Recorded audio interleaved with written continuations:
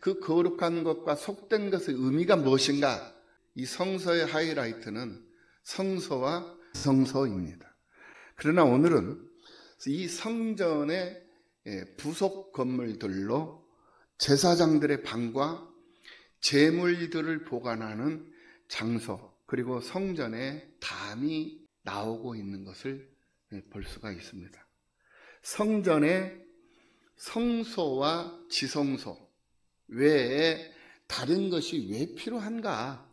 그것도 성전보다 더 큰 사이즈, 성전보다 더 큰 건물로, 그것도 3층 건물로 지어진 건물이 왜 필요한가? 이것을 한번 생각해 보고자 합니다. 첫째로 거룩한 것과 속된 것의 개념부터 정리를 하고 들어갑니다. 거룩한 날이 있다라는 것은 속된 날도 있다라는 것을 우리는 생각을 해야 합니다. 거룩이라는 것은 히브리 말로 구별, 분리, 다름이라는 그런 뜻을 가지고 있어요. 그리고 또 속됨이란 이 말은 상스럽고 천박하고 품이 없고 일상적이고 평범한 이라는 그런 뜻을 가지고 있는 것이 속됨이라는 단어입니다. 그래서 이 속된 것이란 나쁘다라는 개념이 아니라 구별되지 않은 일상, 이것을 속된 것이라고 얘기를 해요. 그것을 불교적인 용어로 한다면 속세라고 그러죠. 속세. 그러니까 승려들은 속세를 떠나서 산속으로 들어가잖아요. 그렇죠? 그런데 우리는 성전에 모여서 정결함을 얻고, 그래서 강화되어 가지고 속세로 들어가는 거죠. 우리는 속세로 나아갑니다. 이 속세란 뭐다? 일상이다 이거예요. 일상으로 나아간다라는 그러한 뜻을 가지고 있어요. 예를 들어서 안식일이 거룩한 날이라고 하면 그 나머지 날은 속된 날이 되는 거예요. 안식일이 거룩한 날이다. 나머지 6일은, 7일 중에 나머지 6일은 속된 날이다. 더러운 날, 나쁜 날, 틀린 날, 이게 아니라 내가 일상으로 들어가서 일상적인 생활을 하는 그런 속된 날, 이렇게 우리가 생각을 하면 된다라는 거예요. 그러니까 여호와 삼마, The Lord is there라고 그러죠. 이 여호와 삼마라고 하는 이 말씀이 뭐냐? 하나님이 그곳에 계시다. The Lord is there. 하나님이 그곳에 계신다. 그러니까 이 성전에 우리가 모여서, 이 거룩한 곳에 모여서 하나님으로 우리가 힘을 얻고, 하나님으로부터 위로를 받고, 하나님으로부터 정결함을 얻어서 하나님으로부터 거룩함을 받아가지고, 그래서 강하게 우리가 힘을 얻어가지고 그 강력한 파워를 가지고 이제 속세, 일상적인 삶으로 나아가는 것, 이것이 바로 속됨이다라는 거예요. 그래서 더러운 날이 아니라 속된 날로 들어가는 것이다. 그러니까 이 여호와 삼마라는 것은 여호와께서, 하나님께서 그곳에 계시다. 그것이 거룩한 것이고, 하나님이 계시지 않는 그것이 속세, 곧 속된 것이 되는데, 속세를 떠나 산속으로 들어가는, 불교는 그런 종교이지만은 우리 기독교는, 우리 예수교는 교회 안에서 말씀과 기도로 무장하고 속된 곳으로, 속세로 파송을 받아가서 나아가는 그러한 종교가 바로 우리 기독교다. 그래서 속된 곳은 하나님을 모르는 곳, 하나님이 없는 곳, 그래서 하나님을 아는 사람이 나아가가지고 그곳에 하나님을 계시게 하는 것, 그것이 바로 우리 기독교인들이 해야 할 일이다. 이것이 바로 우리에게 주어진 사명이다. 틀린 것이 아니라 다른 것이다 라는 거예요. 거룩한 거는 하나님만이 거룩하시죠. 우리는 거룩할 수가 없잖아요. 그래서 거룩해질 수 있는 공간이 필요한 거예요.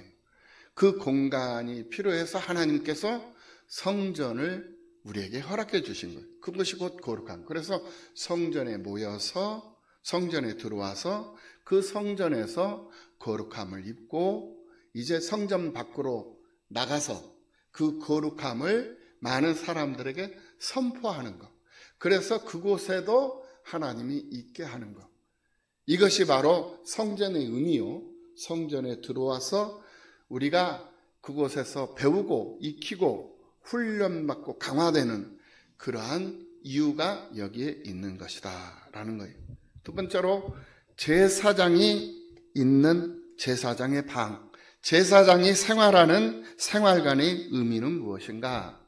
오늘 본문 말씀 3절 말씀을 보니 제사장의 생활관은 3층으로 지어져 있는 것을 볼 수가 있습니다. 그 방 3층에 이렇게 되어 있죠.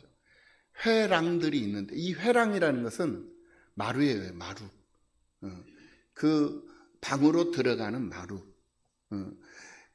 3층 건물이 있는데 3층 건물에 회랑들이 있더라.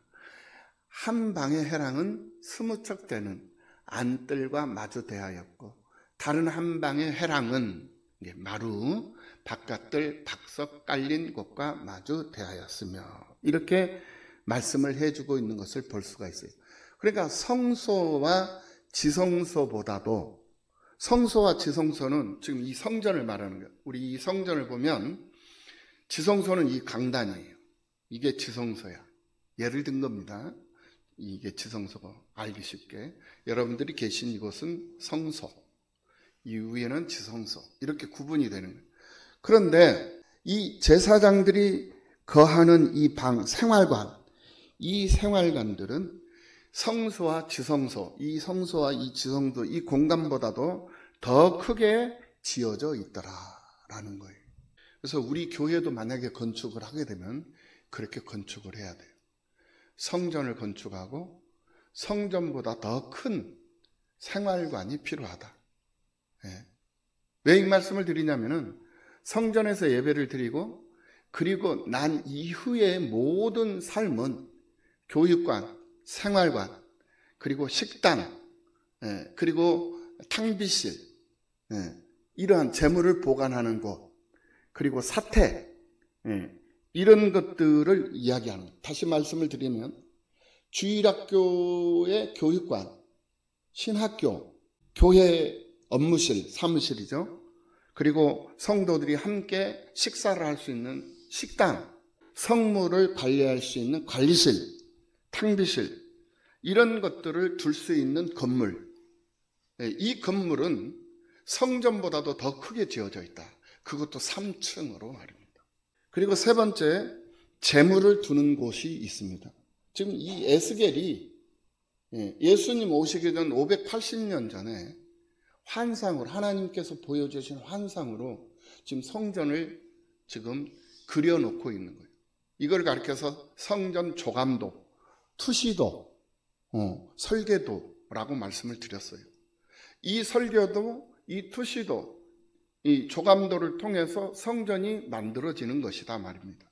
그래서 에스겔에 의해서 이제 이런 거룩한 곳이 설계된 거예요. 그래서 성소와 지성소가 설계되었고, 그리고 제사장들이 거할 수 있는 그런 공간, 생활관, 그리고 재물을 둘 수 있는 그런 공간, 그리고 음식을 나눌 수 있는 식당, 교육관, 이런 것들이 다 지어져 있더라, 설계되어져 있더라. 그리고 세 번째로 뭐냐? 재물을 두는 곳이, 이것은 곧 성찬을 준비하는 곳이, 식자재를 보관하는 것.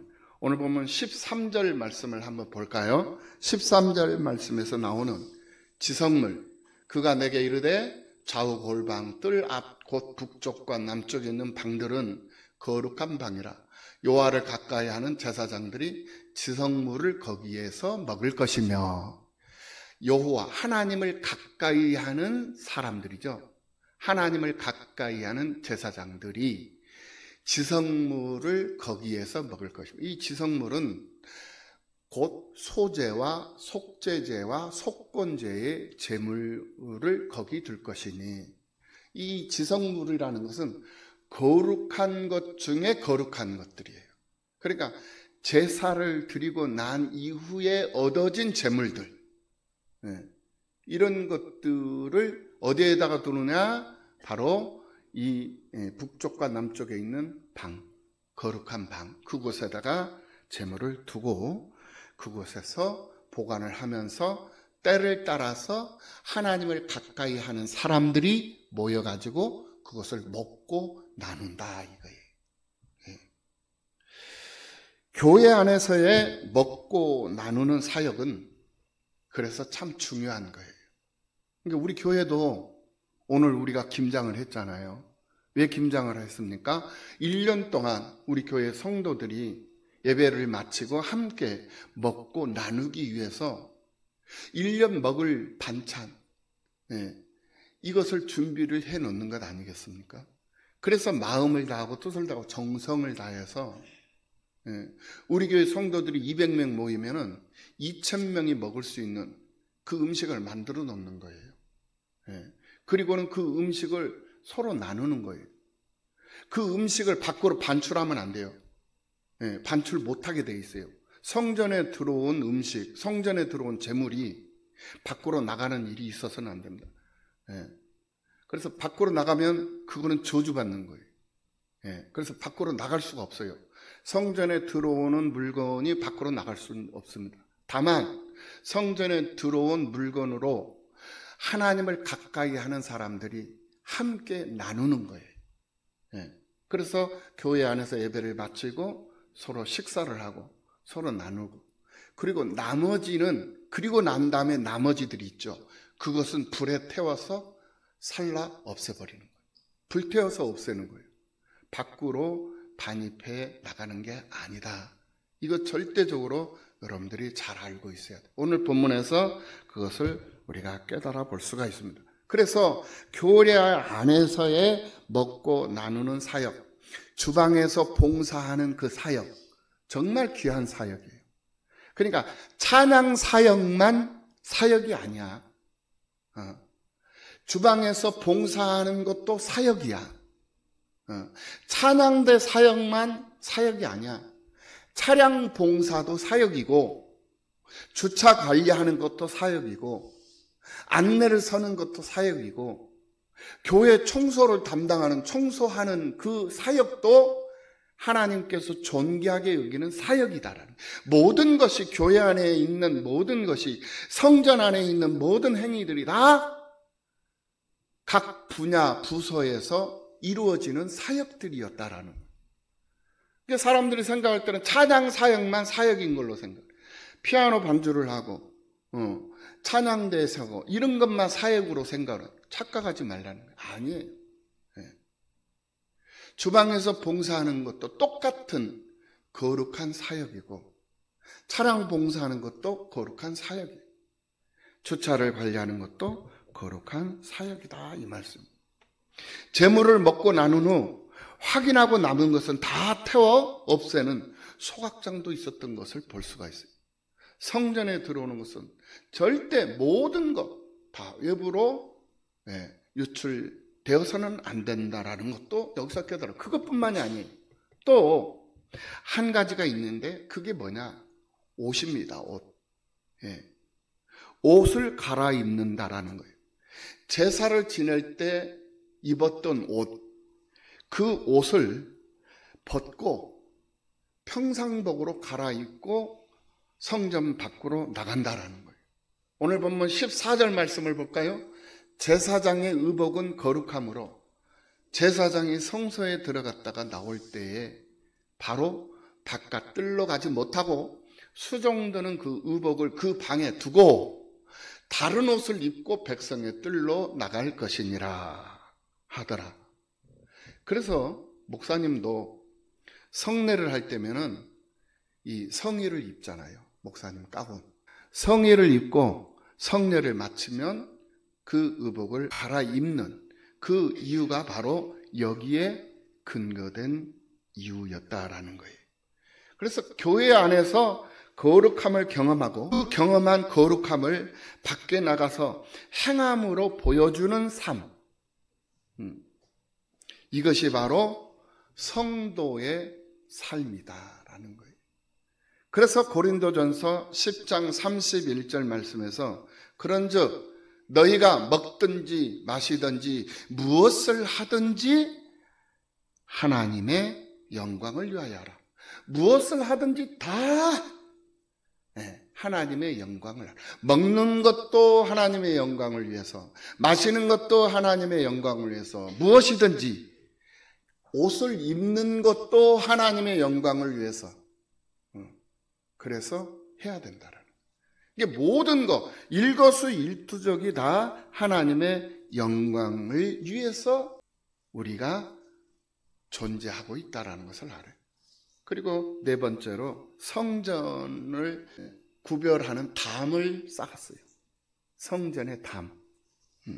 이 담은 보호, 구별, 이것을 뜻하고 있습니다. 거룩한 곳으로 힘을 얻고 속된 곳으로 나가 그곳에서 The Lord is there, 여호와 산마를 증거하며 살아가야 하는데 그 담, 구별된 그 담의 역할은 거룩한 것과 속된 것을 구별하는 선이었다. 다름이다. 이것과 이것은 다르다. 그러니까 평상적인 날들과 안식일은 다르다. 주의 날은 다르다. 다르잖아요. 우리가 6일 동안 평상적인 일은 일상적인 삶을 살았잖아요. 그런데 이날만큼은 구별됐잖아. 성전에 들어와서 모든 일을 다 내려놓고 성전에 들어와서 하나님의 영광을 드러내는 일을 하잖아요. 어떤 이는 주방에서, 어떤 이는 찬양을 하면서, 어떤 이는 또 차량 봉사를 하면서, 어떤 이는 청소를 하면서 각자에게 주어진 역할, 또 어떤 이들은 이제 우리 교회 구역도 좀 활성화가 돼야 되는데 구역장님들은 자기 구역 식구들을 챙겨야 돼요. 이번 주 오늘 우리 구역 성도들이 몇 명이나 오는가, 몇 명이나 오지 못하는가, 누가 왔는가, 누가 못 오는가, 이거 파악하고, 그래서 못 오는 사람은 빨리 전화하고 신방하고 내 차를 가지고 가가지고 데리고 올 수 있고, 그렇게 막 분주하게 움직여야 돼. 이게 구역장들이 하는 일이에요. 작은 목자들이잖아요. 중간 지도자들, 중간 역할을 하는 교회의 허리 역할을 하는 그런 구역장. 이 구역장들의 역할이 굉장히 중요합니다. 그래서 구역장들이 얼마만큼 활동적이고 얼마만큼 책임감을 가지고 일을 하느냐에 따라서 교회는 부흥될 수도 있고 교회는 침체될 수도 있고, 이건 구역장들에게 주어진 역할이에요. 그게 바로 사역이다라는 거예요. 사역. 근데 가장 중요한 것이 뭐냐, 그 교회를 담임하고 있는 목사님, 한 가정을 얘기한다면 한 가정의 가장, 그 가정을 책임지고 있는 아버지, 그가 건강하고 그가 왕성한 사업을 하고 그가 왕성한 직장생활하고 활동을 하면 할수록 가정은 풍요롭고 부유하고 넉넉하잖아요. 그거하고 같은 원리예요. 목사님이 건강하고 목회를 잘하면서 하고 싶은 거, 정말 목사님이 꿈꾸고 정말 원하고 바라는 모든 것들이 이루어지고 성취되어지는 그 과정 속에서 여러분들은 풍요롭고 넉넉해지는 거예요.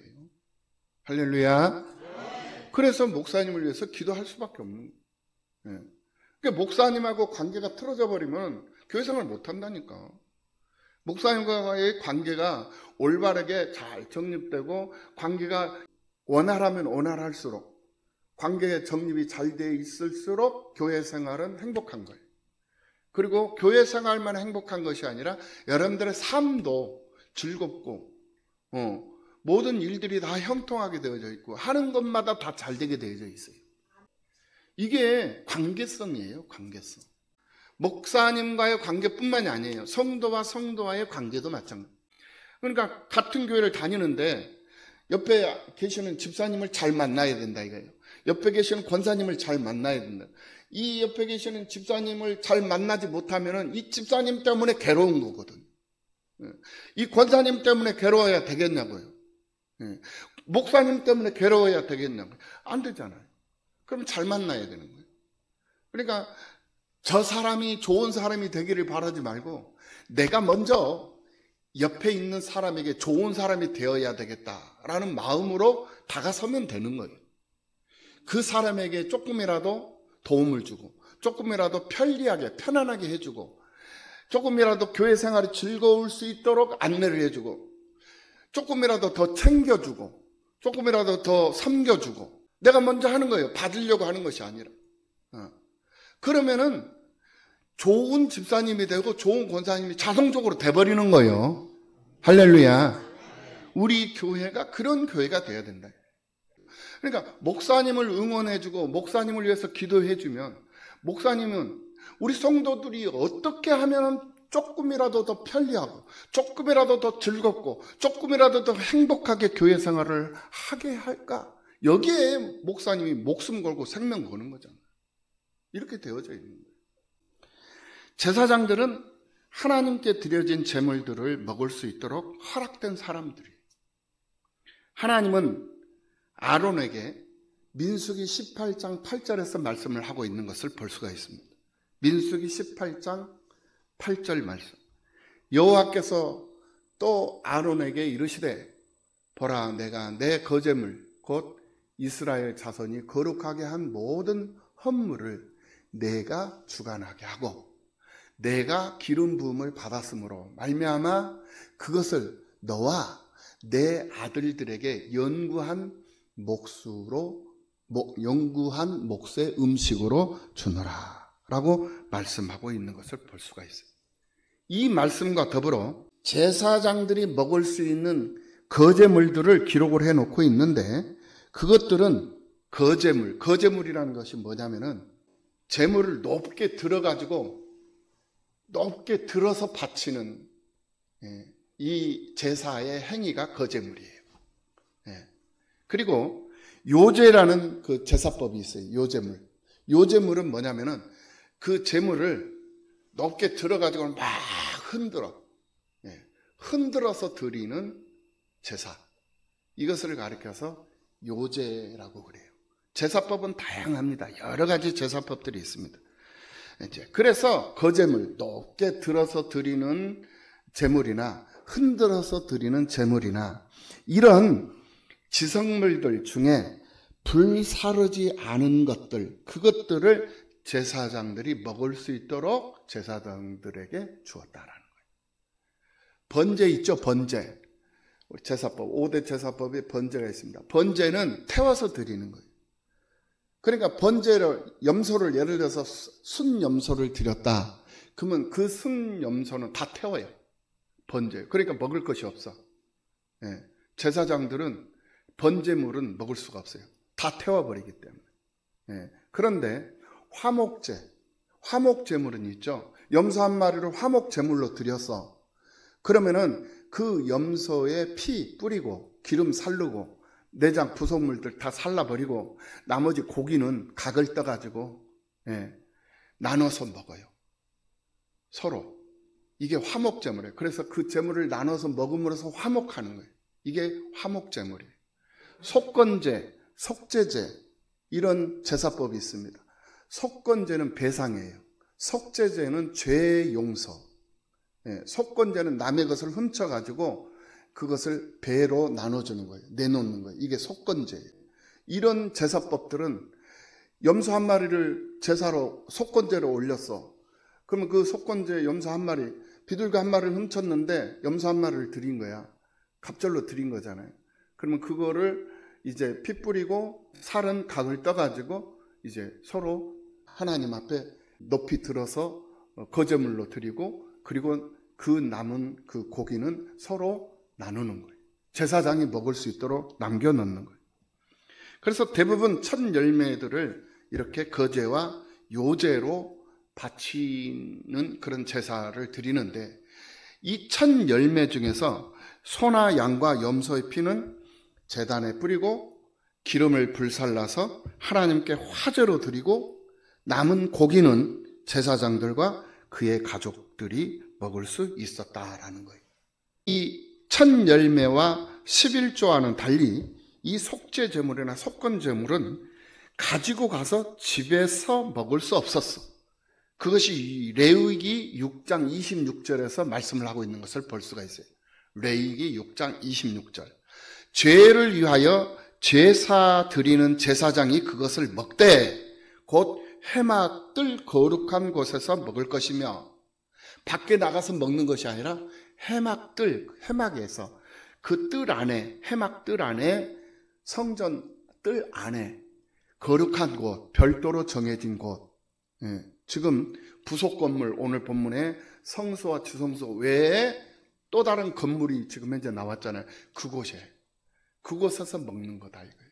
거룩한 곳에서 먹을 것이며, 레위기 7장 5절 이하 6절 말씀, 레위기 7장 5절에서 6절, 제사장은 그것을 다 제단 위에서 불살라 여호와께 화제로 드릴 것인 이는 속건제니라. 6절, 제사장인 남자는 모두 그것을 먹되 어디서? 거룩한 곳에서 먹을지니라. 그것은 지극히 거룩하니라.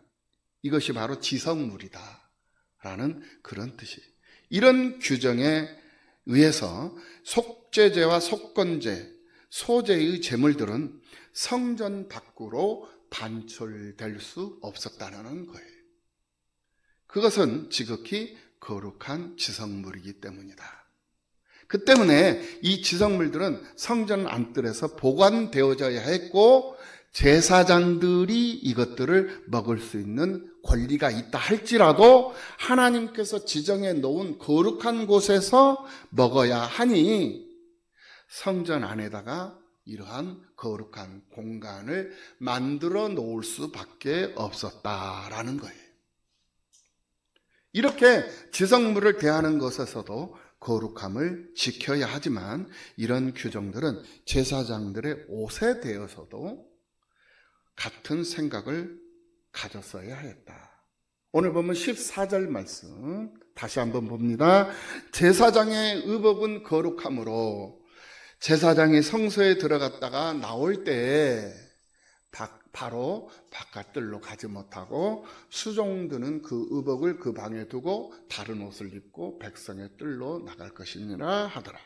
하나님의 일을 수종드는 제사장도 거룩해야 하지만은 그 제사장이 입고 있는 옷도 거룩한 것이어야 한다라는 그러한 뜻이 되는 거예요.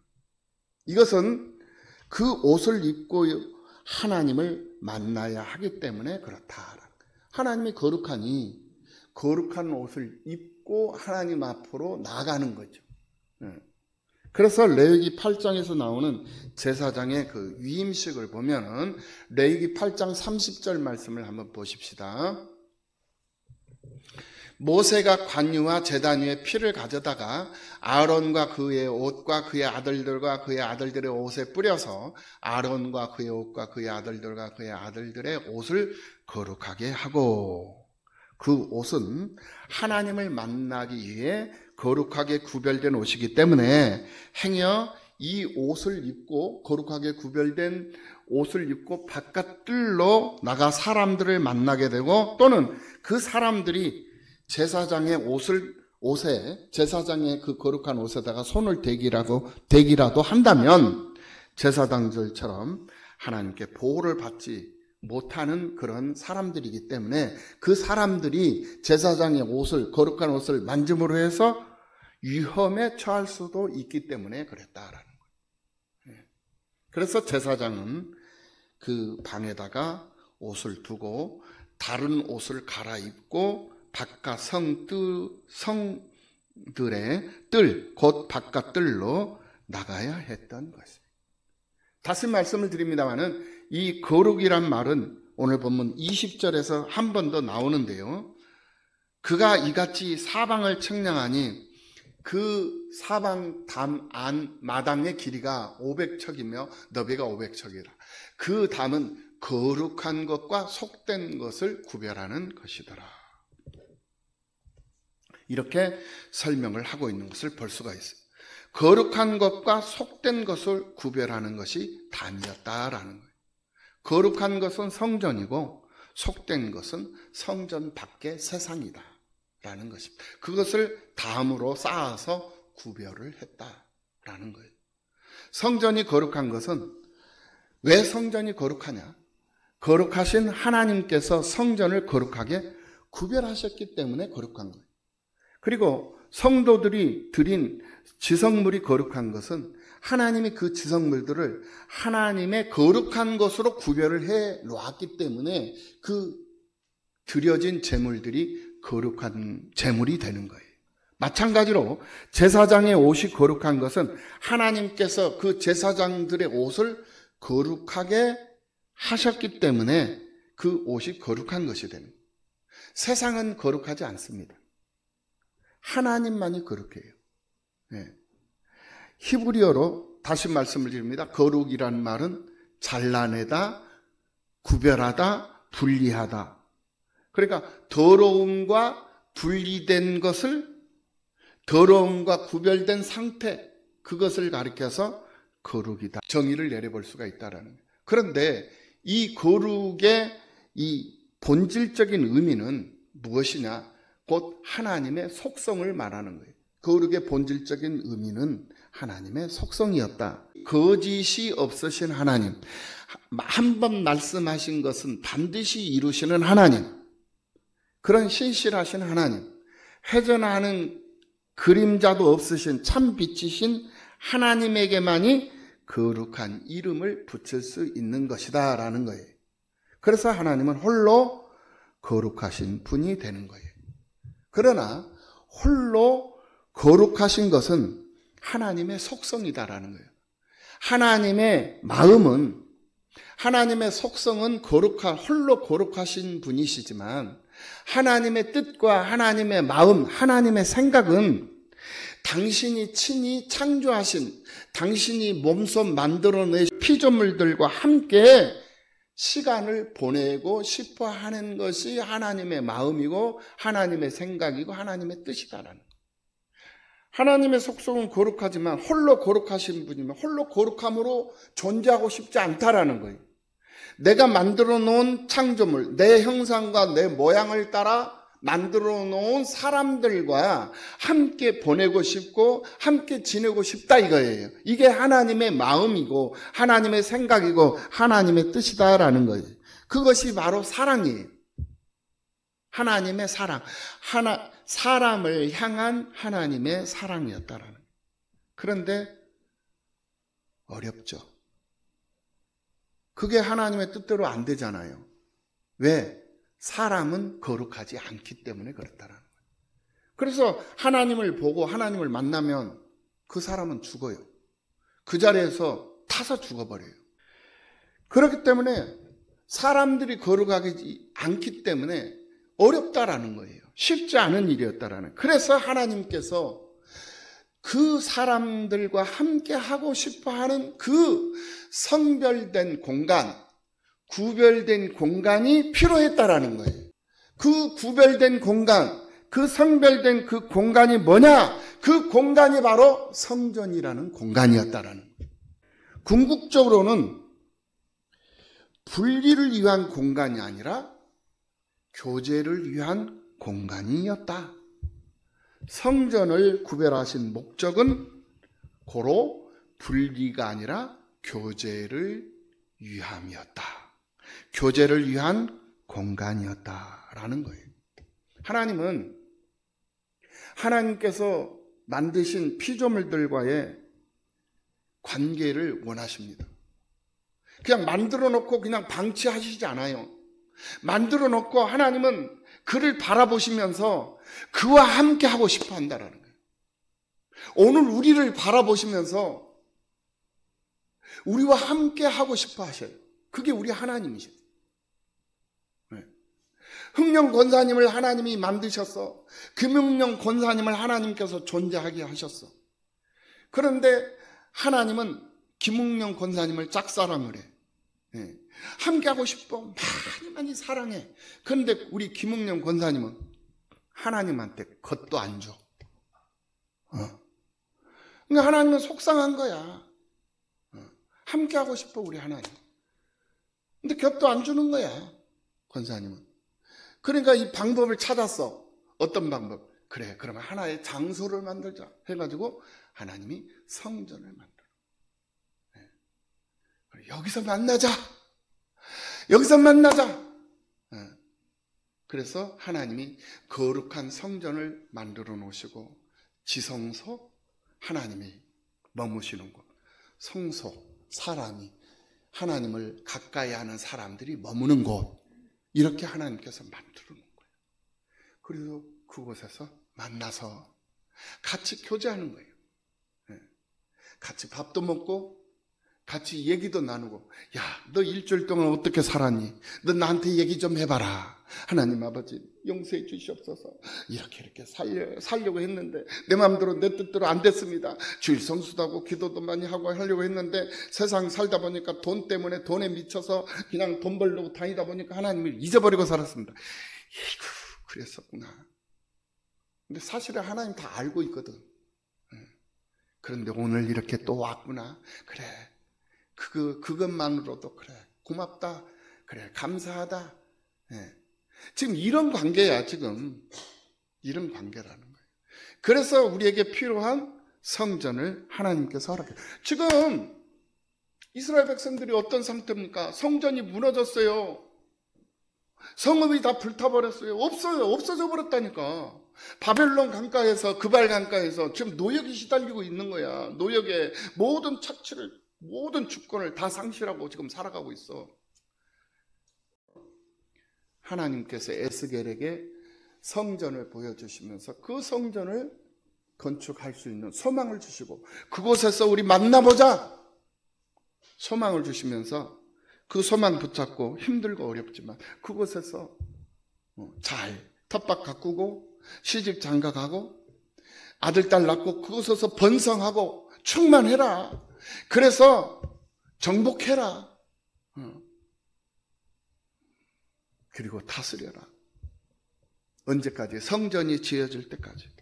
이렇게 하나님의 사람들을 구별해 놓으셨다라는 거예요. 그리고 하나님은 거룩한 성도로 그들을 부르셨어요. 오늘 우리들을 부르셨어요. 창조주 하나님은 홀로 거룩하시지만 홀로 거룩하시기보다는 피조물인 우리를 구별하셔서 우리와 함께 거룩하시기를 원하신다. 베드로전서 1장 15절 말씀에서 오직 너희를 부르신 거룩한 이처럼 너희도 모든 행실에 거룩한 자가 되라. 기록되었으되 내가 거룩하니 너희도 거룩할지어다 라고 말씀을 하셨던 것을 볼 수가 있습니다. 그런 이유로 하나님과 우리 사이에 필요한 것이 바로 거룩한 공간이었다라는 거예요. 우리는 험한 세상에서 치열하게 삶을 살아갈 수밖에 없는 존재입니다. 그러나 가끔 정해진 공간, 구별된 공간으로 들어올 필요가 있다라는 거예요. 그래서 구별된 시간, 구별된 공간에서 구별된 분, 거룩하신 하나님을 만나야 한다라는 거예요. 주님의 몸된 교회는 세상에 있습니다. 그럼에도 교회는 세상과 분리되어 있죠. 세상과 함께 해야 하는 것이 교회이지만 세상과 구별됨이 무너지면 교회도 무너지는 거예요. 성도는 세상에서 살아가야 하지만 세상과 구별된 공간을 갖지 못하면 성도는 무너지고 만다.